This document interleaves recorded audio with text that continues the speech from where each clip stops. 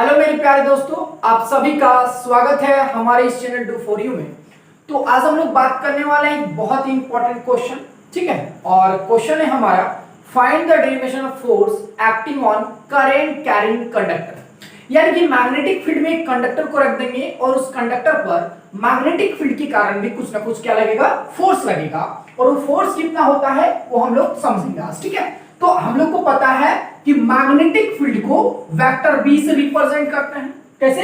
Vector B से। तो vector B से हम लोग मैग्नेटिक फील्ड यानी कि चुंबकीय क्षेत्र को रिप्रेजेंट किया जाता है और इसका मात्रक टेस्ला होता है। इसका मात्रक क्या होता है? टेस्ला। और जब किसी चालक को यानी कि कंडक्टर को मैग्नेटिक फील्ड में मान लो कि थीटा एंगल पर रख दिया जाता है, कितना एंगल पर? थीटा एंगल पर रख दिया जाता है, तो मैग्नेटिक फील्ड बी के कारण इस कंडक्टर पर फोर्स लगता है। फोर्स कितना लगता है? F equal to I L B sine theta. F equal to I L B sine theta. Theta क्या है? तो थीटा है एंगल। क्या है? एंगल। ये कंडक्टर का एंगल है विथ मैग्नेटिक फील्ड यानी कि डायरेक्शन ऑफ मैग्नेटिक फील्ड का बीच का क्या है? एंगल। बस समझ में आ गया। तो मैग्नेटिक फील्ड बी के कारण इस कंडक्टर पर फोर्स लगता है और कितना फोर्स लगता है? F equal to I L B sine theta. F equal to I L B sine theta. तो इसी फोर्स का फॉर्मूला को आज हम लोग क्या करेंगे? डिराइव करेंगे, ठीक है। तो उससे पहले मैंने आप लोगों को क्या बताया था कि कोई भी चार्ज पार्टिकल यानी कि जब कोई आवेश चुंबकीय क्षेत्र बी से, ठीक है, v वेग से थीटा कोण बनाते हुए गति करता है, v वेग से थीटा कोण बनाते हुए गति करता है, तो ये चुंबकीय क्षेत्र के कारण भी चार्ज पार्टिकल पर कुछ ना कुछ क्या लगता है? फोर्स लगता है। और वो फोर्स का फॉर्मूला हम लोग पढ़े थे, F equal to Q B V sine theta. F equal to Q B V sine theta. बात समझ में आ रहा है? और इसको मैग्नेटिक लॉरेंज फोर्स कहा जाता था। क्या कहा जाता था बोलो? Magnetic Lorentz force. क्या कहा जाता है हम लोग? Magnetic Lorentz force. बात समझ में आ गया? यानी कि चुंबकीय लॉरेंज बल कहा जाता है। तो जब कोई आवेश Q समरूप चुंबकीय क्षेत्र B से थीटा कोण बनाते हुए v वेग से गति करता है, तो चुंबकीय क्षेत्र B के कारण भी गतिशील धनावेशित कण पर बल लगता है। और कितना बल लगता है? F equal to Q B V sine theta. मैंने यह आप लोगों को ऑलरेडी पढ़ा के रखा हुआ हूं, ठीक है। तो आज हम लोग बात करने वाले हैं कि मैग्नेटिक फील्ड में एक कंडक्टर है, ठीक है, एक चालक है जो चुंबकीय क्षेत्र से थीटा कोण बनाकर स्थित है। कितना कोण बनाकर स्थित है? थीटा कोण बनाकर स्थित है। बात समझ में आ गया? तो मान लो कि माना कि कोई एक चालक है जो चुंबकीय क्षेत्र बी से थीटा कोण बनाते हुए, कितना कोण बनाते हुए हम लोग? थीटा कोण बनाते हुए थीटा कोण बनाकर स्थित है। कितना कोण बनाकर स्थित है? थीटा कोण बनाकर स्थित है। और इस चालक से मान लो कि आई धारा प्रवाहित हो रही है। कितना धारा? आई धारा प्रवाहित हो रही है। इस चालक की लंबाई मान लो, यहां पे एक चालक है, कंडक्टर है, ये हमारा कंडक्टर है, और इससे कितना करंट पास हो रहा है? तो आई करंट पास हो रहा है। कितना करंट पास हो रहा है? I current. तभी इस मैग्नेटिक फील्ड बी के कारण इस कंडक्टर पर क्या लगेगा? फोर्स लगेगा। और फोर्स का फॉर्मूला होता है F equal to I L B sine theta. F equal to I L B sine theta, ठीक है। तो देखते हैं कैसे लगेगा फोर्स, ठीक है। तो गौर से बात समझो, हमने ऑलरेडी पढ़ के रखा हुआ है। तो किसी चार्ज पार्टिकल पर यानी कि मैग्नेटिक फील्ड बी के कारण किसी चार्ज पार्टिकल भी पर भी फोर्स लगता है। और कितना फोर्स लगेगा? वो फोर्स लगता है F equal to Q B V sine theta. F equal to Q B V sine theta. कब? जब मैग्नेटिक फील्ड बी के डायरेक्शन से थीटा कोण बनाते हुए कोई भी चार्ज पार्टिकल Q जो है वो v वेग से गति करता है। कितना वेग से? v वेग से गति करता है, तब इतना फोर्स लगता है। इसी को मैग्नेटिक लॉरेंज फोर्स कहा जाता है।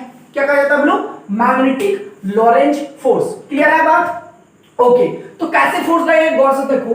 अगर बोलेंगे इस कंडक्टर जो है बहुत सारे नंबर ऑफ फ्री इलेक्ट्रॉन से मिलकर बना होगा, अरे ये जो कंडक्टर होगा उस कंडक्टर में बहुत सारा नंबर ऑफ क्या होगा? फ्री इलेक्ट्रॉन्स होगा, यानी कि इसमें मुक्त इलेक्ट्रॉन की संख्या बहुत ज्यादा होगी। तो सबसे पहले इसमें निकालेंगे मुक्त इलेक्ट्रॉन की संख्या।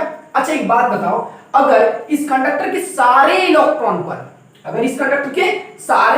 पर अगर फोर्स लगेगा तो हम लोग समझेंगे कि पूरे कंडक्टर पर ही फोर्स लग रहा है।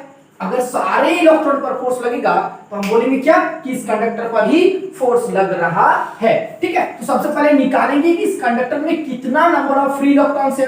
इस कंडक्टर पर चार्ज कितना है, और अगर सभी इलेक्ट्रॉन पर फोर्स लगेगा तो बोलेंगे मैग्नेटिक फील्ड V के कारण जो है पूरे कंडक्टर पर क्या लग रहा है, फोर्स लग रहा है। ठीक है, तो मान लेते हैं कि L जो है वो चालक की लंबाई है। L क्या है, चालक की लंबाई है। इस चालक से बहने वाली धारा कितना है, I है, और I का फॉर्मूला हम लोग ऑलरेडी पढ़ के रखे हुए हैं करंट चैप्टर में। I इक्वल टू होता है A-N-E VD, A-N-E VD, I equal to क्या होता है हम लोग, A-N-E VD। अच्छा, इस चालक में जितना सारा फ्री इलेक्ट्रॉन्स है, जितना सारा क्या है, मुक्त इलेक्ट्रॉन की संख्या है, और मुक्त इलेक्ट्रॉन की संख्या यानी कि बोल सकते हैं हम लोग इलेक्ट्रॉन घनत्व। अरे किसी चालक के प्रति एकांक आयतन में उपस्थित मुक्त इलेक्ट्रॉन की संख्या को इलेक्ट्रॉन घनत्व कहते हैं। तो स्मॉल n इक्वल टू मान लेते हैं इलेक्ट्रॉन घनत्व। क्या मान लेंगे, इलेक्ट्रॉन घनत्व। इलेक्ट्रॉन घनत्व का मतलब किसी चालक के प्रति एकांक आयतन में उपस्थित मुक्त इलेक्ट्रॉन की संख्या, प्रति एकांक आयतन में उपस्थित मुक्त इलेक्ट्रॉन की संख्या। मान लो इस चालक का वॉल्यूम क्या है, V है। इस चालक का वॉल्यूम क्या है, V है। इस चालक का आयतन V है। बात समझ में आ गई यहाँ तक। इस चालक का वॉल्यूम क्या है, V। अच्छा, इसमें जो इलेक्ट्रॉन गति कर रहा है, उस गति इलेक्ट्रॉन का यानी कि उसी मोशन ऑफ इलेक्ट्रॉन यानी कि इलेक्ट्रॉन के वेग को क्या कहते हैं, अपवावेग। अगर चालक में कोई इलेक्ट्रॉन मूव कर रहा है तो उसको क्या बोलेंगे, अपवावेग। तो अपवावेग को हम लोग किससे रिप्रेजेंट करते हैं, Vd से। तो Vd क्या है बाबू, ना अपवावेग है। क्या है, अपवावेग। बात समझ में आ गया, क्या है बोलो, अपवावेग। अब देखते हैं कि इस चालक में कितना नंबर ऑफ फ्री इलेक्ट्रॉन्स होगा। इस चालक में कुल मुक्त इलेक्ट्रॉन की संख्या, इस चालक में कुल मुक्त इलेक्ट्रॉन की संख्या। तो इस चालक में कुल मुक्त इलेक्ट्रॉन की संख्या कितना होगा, देखो गौर से समझो बात को। अच्छा, इस चालक की प्रति एकांक आयतन में उपस्थित मुक्त इलेक्ट्रॉन की संख्या कितना है, n। बोलो, इस चालक के प्रति एकांक आयतन में उपस्थित मुक्त इलेक्ट्रॉन की संख्या कितना है, n। अरे यूनिट वॉल्यूम पर नंबर ऑफ इलेक्ट्रॉन कितना है, n। तो इस चालक का वॉल्यूम कितना है, V। तो V वॉल्यूम पर नंबर ऑफ इलेक्ट्रॉन कितना होगा, बोलो Vn। क्या बोलो, Vn। और इसको हम लोग यानी कि वॉल्यूम को कैसे लिख सकते हैं, area into length, area into length, और इंटू क्या हो गया, n। क्या हो गया, n। बस समझ में आ गया। तो चालक में मुक्त इलेक्ट्रॉन की कुल संख्या हो गया ALN। क्या हो गया, ALN। क्या ये बात समझ में आया, मैं एक बार फिर से बताऊंगा, ठीक है, गौर समझना। मान लो कि इस चालक की लंबाई कितना है, L है। इस चालक की लंबाई कितना है, L। हमको निकालना क्या है, सबसे पहले निकालना है कि इस चालक में कितना नंबर ऑफ फ्री इलेक्ट्रॉन्स होगा, इस चालक में मुक्त इलेक्ट्रॉन की कुल संख्या कितना होगा। तो मान लेते हैं कि चालक की लंबाई कितना है, L है। चालक की लंबाई कितना है, L है। इस चालक से बहने वाली धारा क्या है, I है। इस चालक से बहने वाली धारा क्या है, I है। अच्छा, n क्या है बाबू, तो इलेक्ट्रॉन घनत्व। n क्या है, इलेक्ट्रॉन घनत्व। इलेक्ट्रॉन घनत्व का मतलब किसी चालक के प्रति एकांक आयतन में उपस्थित मुक्त इलेक्ट्रॉन की संख्या, यानी कि यूनिट वॉल्यूम पर नंबर ऑफ इलेक्ट्रॉन कितना होगा। ठीक है, तो यूनिट वॉल्यूम पर नंबर ऑफ इलेक्ट्रॉन जितना होगा उसी को क्या बोलेंगे, इलेक्ट्रॉन घनत्व। बात समझ में आ गया। इस चालक का आयतन मान लो कितना है, V है। इस चालक का आयतन कितना है, V है, और Vd का मतलब होता है अपवावेग। तो इसमें जो number of free electron move कर रहा है, इस चालक के अंदर जो मुक्त इलेक्ट्रॉन की गति है, मुक्त इलेक्ट्रॉन की गति को हम लोग क्या बोल सकते हैं, अपवावेग कहते हैं। अरे मुक्त इलेक्ट्रॉन के वेग को क्या कहते हैं, अपवावेग कहा जाता है। समझ में आ गया। तो इस चालक में उपस्थित कुल मुक्त इलेक्ट्रॉन की संख्या क्या होगी, इस चालक में उपस्थित कुल मुक्त इलेक्ट्रॉन की संख्या क्या होगा। तो हम लोग को पता है कि यूनिट वॉल्यूम पर, कितना वॉल्यूम पर, बोलो यूनिट वॉल्यूम पर, यानी कि एकांक आयतन में मुक्त इलेक्ट्रॉन की संख्या n है। स्मॉल n, स्मॉल n क्या है, प्रति एकांक आयतन में उपस्थित मुक्त इलेक्ट्रॉन की संख्या, प्रति एकांक आयतन में उपस्थित मुक्त इलेक्ट्रॉन की संख्या। तो एकांक आयतन में मुक्त इलेक्ट्रॉन की संख्या क्या है, स्मॉल n। क्या है, स्मॉल a। तो एकांक आयतन में मुक्त इलेक्ट्रॉन की संख्या स्मॉल n है, तो V आयतन में मुक्त इलेक्ट्रॉन की संख्या कितना होगा, Vn। कितना होगा, Vn। बस समझ में आ गया। यूनिट वॉल्यूम में नंबर ऑफ इलेक्ट्रॉन n है, तो V वॉल्यूम में number of electron, number of free electrons कितना होगा, Vn होगा। और वॉल्यूम को क्या लिख सकते हैं हम लोग, तो वॉल्यूम को लिख सकते हैं लेंथ इंटू ब्रेथ और इंटू हाइट। एक्चुअली क्या होता है, ब्रेथ भी लेंथ होता है और हाइट भी क्या होता है, लेंथ। तो लेंथ इंटू लेंथ मिलके क्या बन गया, एरिया, और बगल में क्या है, लेंथ। समझ में आ गया। एरिया इंटू लेंथ क्या होता है, वॉल्यूम। क्या होता है, वॉल्यूम, यानी कि आयतन। तो यहाँ ALN। तो इस चालक में मुक्त इलेक्ट्रॉन की संख्या कितना हो गया, ALN।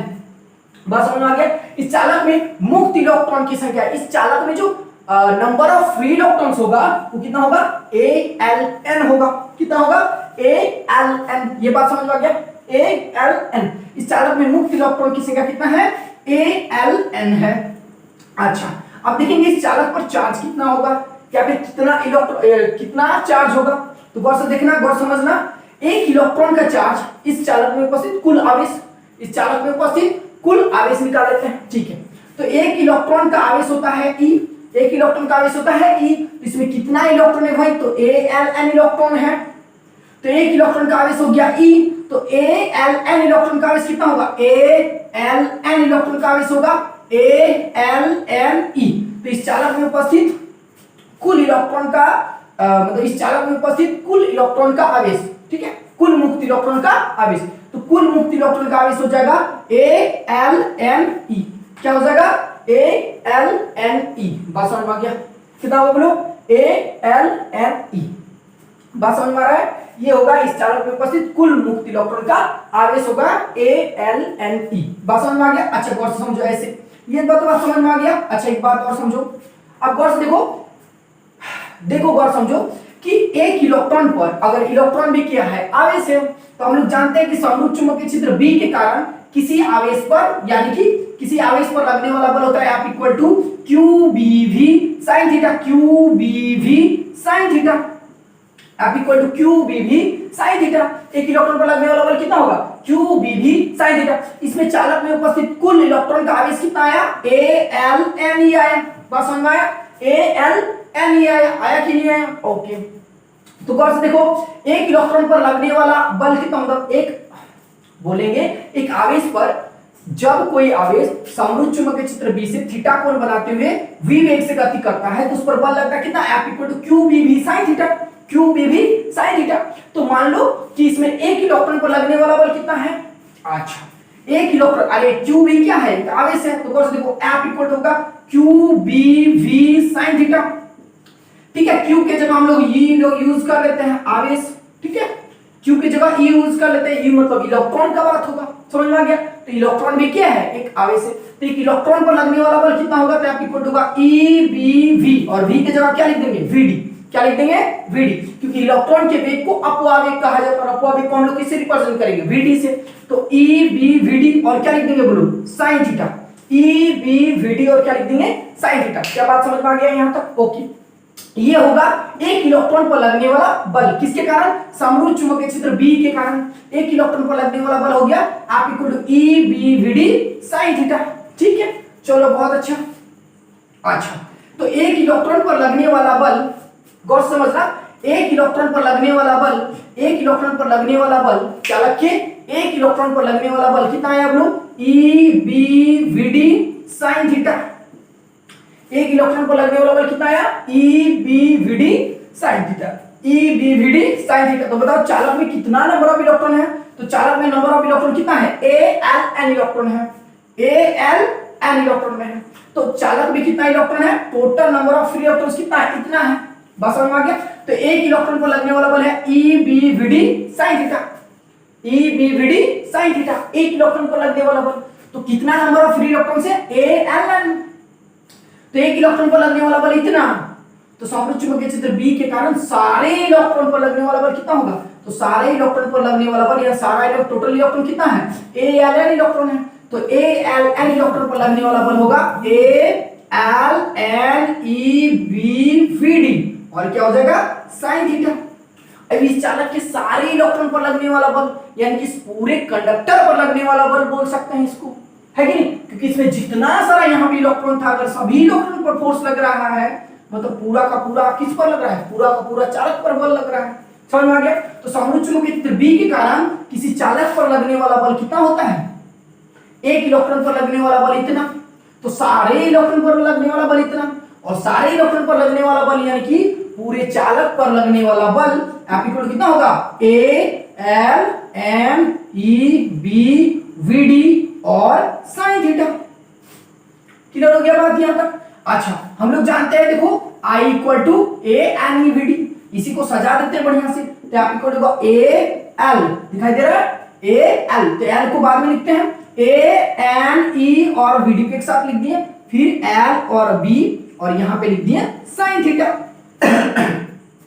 तो देखो A N E V D, तो A N E V D पर A N E V D equal क्या होता है आई, तो यहाँ इक्वल होगा I L B sin theta. समझ में आ गया। तो समरूप चुंबकीय क्षेत्र बी के कारण किसी चालक पर लगने वाला बल कितना होता है, F equal to I L B sin theta होता है। क्या होता है, F equal to I L B sin theta. क्या समझ में आ गया बात, समझ में आ गया क्या होता है हम लोग, F इक्वल होता है I L B sin theta.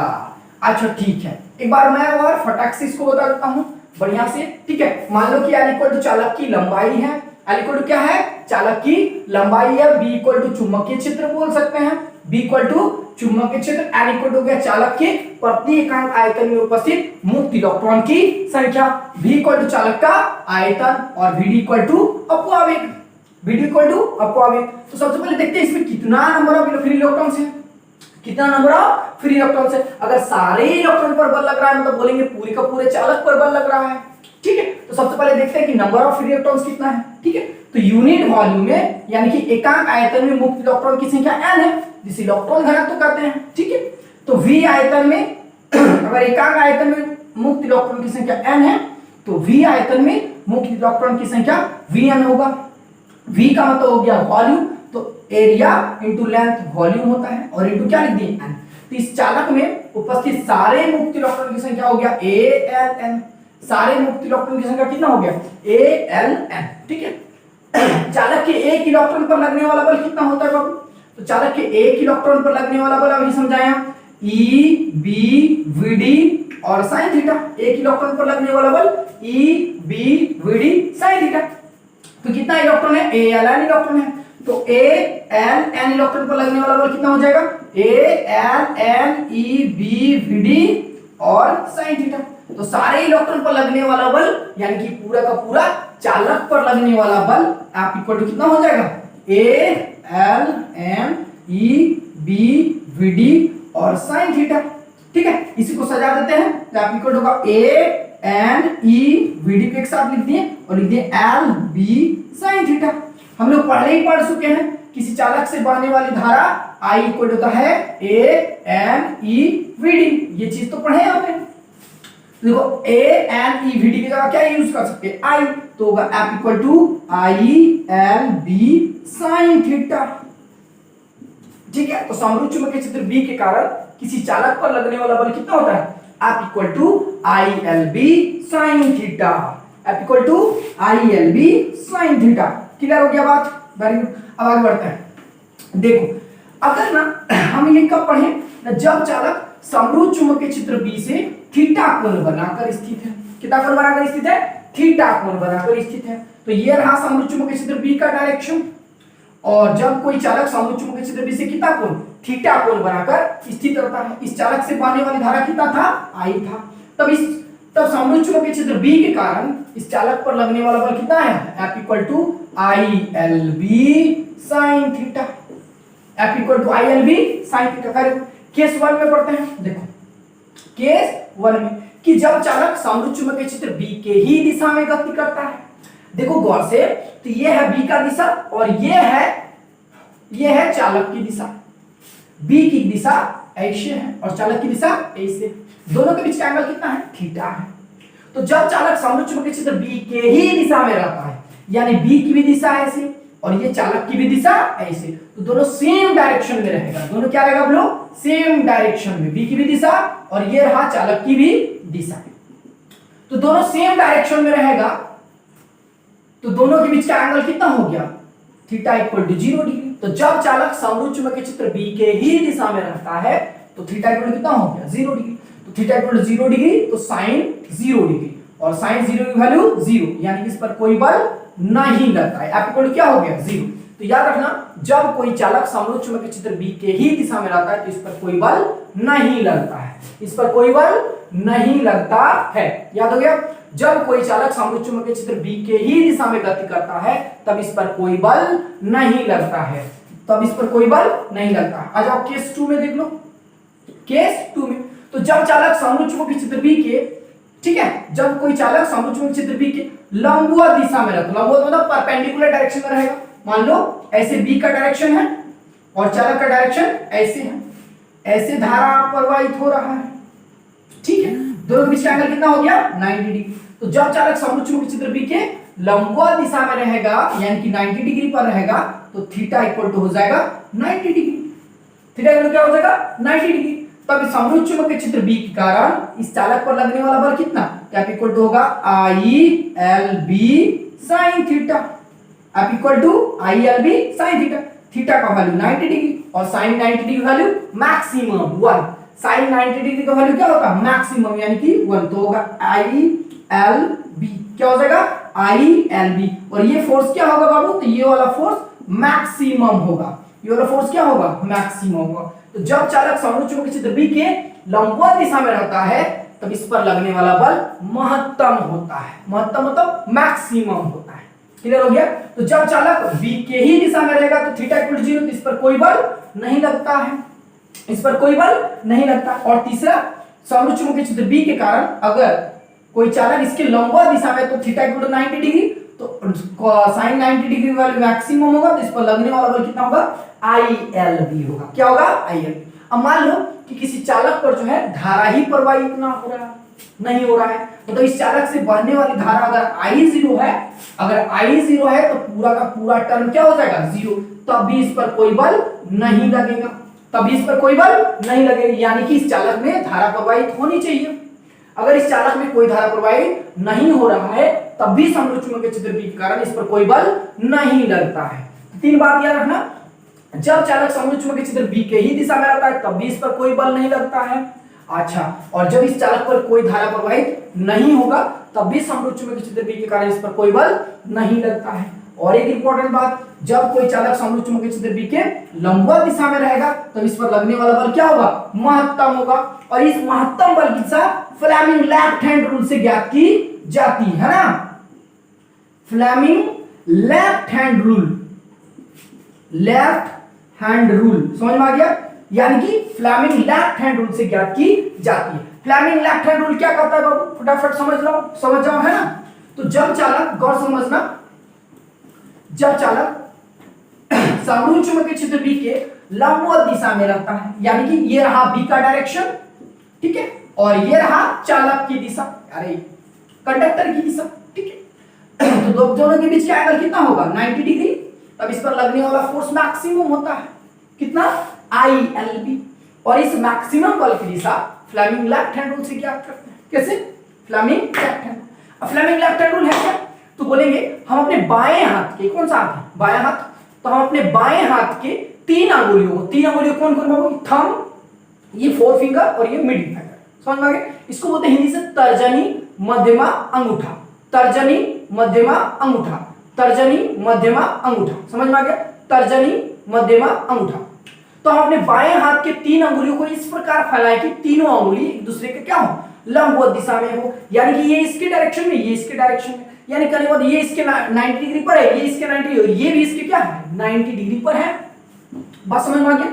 तो हम अपने बाएं हाथ के तीन अंगुलियों को इस प्रकार फैलाएं कि यदि तर्जनी अंगुली, इसको क्या बोलते हैं तर्जनी, तो तर्जनी अंगुली चुंबकीय क्षेत्र बी की दिशा को बताता है, मध्यमा धारा की दिशा को बताता है, तो अंगूठा उस पर लगने वाले बल की दिशा को बताता है। ये क्या है हमारा फ्लेमिंग लेफ्ट हैंड रूल। क्या है फ्लेमिंग लेफ्ट हैंड रूल, गौर समझना। हम अपने बाएं हाथ के तीन अंगुलियों को इस प्रकार फैलाएं कि तीनों अंगुली एक दूसरे के लंबवत दिशा में हो। यदि तर्जनी अंगुली चुंबकीय क्षेत्र बी की दिशा को बताता है, यदि मध्यमा धारा की दिशा को बताता है, तो अंगूठा उस पर लगने वाले बल की दिशा को बताता है। ओके, अब हम लोग समझते हैं। चलो, तो ये है चालक की दिशा और यही होगा धारा की दिशा, ऊपर की ओर बढ़ रहा है। चुंबकीय क्षेत्र बी की दिशा ये है, ठीक है। तो right hand rule, sorry left hand rule को अप्लाई करना है, ठीक है, लेफ्ट हैंड रूल अप्लाई कर। ये तर्जनी अंगुली है जो चुंबकीय क्षेत्र बी की दिशा को बता रहा है, वेरी गुड। तो मध्यमा क्या बताना चाहिए धारा की दिशा, तो इसको पकड़ो ऐसे घुमा दो, समझ में आ गया। तो ये हो गया बी की दिशा, मध्यमा धारा की दिशा, तो अंगूठा किधर शो कर रहा है अंदर की ओर, यानी कि लगातार इस चालक पर एक बल लगेगा चुंबकीय क्षेत्र बी के कारण, और किधर लगेगा अंदर की ओर लगेगा, और कितना बल लगेगा F इक्वल टू ILB, समझ में आ गया? तो बल का डायरेक्शन क्या होगा, यानी कि फोर्स का जो डायरेक्शन यानी बल की दिशा होगा बोर्ड के तल के लंबवत अंदर की ओर, बोर्ड के तल के लंबवत अंदर की ओर। समझ में आ गया? तो इस चालक पर लगातार अंदर की ओर बल लगता रहेगा, लगातार अंदर की ओर बल लगता रहेगा, और वो बल कितना होगा, F इक्वल टू ILB। ये मैक्सिमम फोर्स जो है हमेशा लगता रहेगा, किसके कारण, चुंबकीय क्षेत्र B के कारण, किधर, बोर्ड के तल के लंबवत अंदर की ओर। ठीक है, चलो इसी पिक्चर को थोड़ा उल्टा बना, मान लो B का डायरेक्शन ये है, ठीक है, और चालक की दिशा ये है, यानी कि धारा की दिशा ये होगा, इन दोनों के बीच का एंगल कितना होगा, 90 डिग्री। और जब चालक समरूप चुंबकीय क्षेत्र B के लंबवत दिशा में रहता है तो इस पर महत्तम बल लगता है। क्या लगता है, महत्तम बल। और इस महत्तम बल की दिशा हम लोग फ्लेमिंग लेफ्ट हैंड रूल से ज्ञात करते हैं। फ्लेमिंग लेफ्ट हैंड रूल क्या कहता है बाबू, कहता है हम अपने बाएं हाथ की 3 अंगुलियों को इस प्रकार फैलाएं कि तीनों अंगुलियां एक दूसरे के लंबवत दिशा में हो।